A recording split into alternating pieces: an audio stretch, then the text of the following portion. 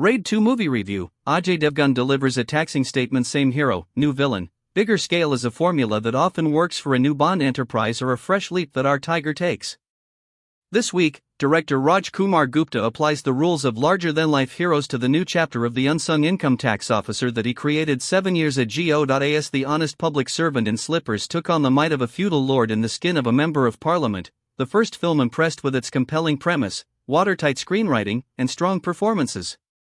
Ajay Devgan developed the rugged skin of the intense Amay Patnaik, unperturbed by transfers and threats, but it was Saurabh Shukla who brought the house down with his wicked ways and witty repartees as the relatable villain of the piece. In its second iteration, there is no value addition, only a thumping background score, often reserved for the Singhams of Bollywood.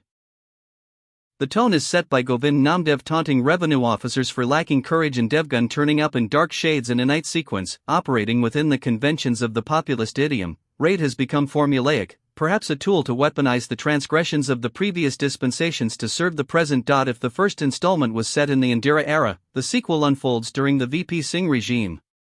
Without overtly underlining the intent, the film finds faults in the politics of social justice and coalition governments. The surnames suggest the intent. The honest hero is a Patnaik, the villain hails from a backward group that emerged from the shoe business, and the shapeshifting official who touches the feet of both the villain and the hero has no caste-defining second name. Set in a fictitious town, Bhoj, the film sees Ritesh Deshmukh replacing Shukla as Patnaik's new target, Data Manohar Bhai.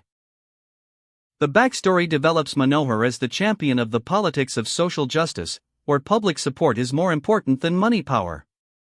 On the surface, Manohar looks pristine as a devoted son and a benevolent social activist, but Patnaik, who is now open to bending the rules to nab the corrupt, finds chinks in the politician's royal armor. It is when Amit Sayal makes an entry as a seemingly pliable officer that the proceedings truly perk up. Then, Yashpal Sharma turns up as a crafty advocate to add a layer of intrigue. The two get to mouth the best lines and keep us turning the pages to find gold. However, it is hard to believe that the two inhabit the same society where Deshmukh operates. Cast against type, Deshmukh neither gets the nuances of a cowbelt politician right nor becomes a bombastic, groveling villain. He remains a generic stereotype of a politician who has compromised with his grassroots struggle, largely because the writing team hasn't given him the layers that the character deserves. The presence of Shukla as a kind of link between the original and the sequel makes it even more problematic, as you keep wishing for more screen time for the actor. There are some interesting tweaks in the popular idiom. For instance, the hero is without a mother's cover, while the villain hides behind mother worship.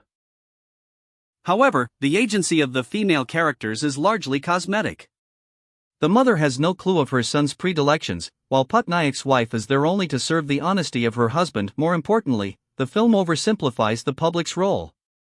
It repeatedly treats people as passive spectators who are emotionally driven by charismatic figures, whether heroic or corrupt.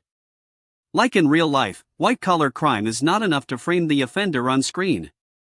For a franchise focusing on financial corruption, the makers ensure that the villain's decadence percolates into his character as well. Be it land for jobs, body for blackmail, or unearthing golden taps, the film amplifies social media chatter against a particular class of politicians to serve the sanctimonious hero, who, by the climax, becomes a means to advertise the direct benefit transfer of black money to keep the fawning public distracted. And that's a wrap on today's review. Whether you loved the film or felt it missed the mark, I'd love to hear your thoughts in the comments below.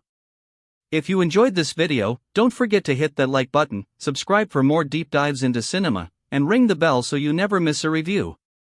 Thanks for watching, and until next time, stay curious, stay critical, and keep watching great films.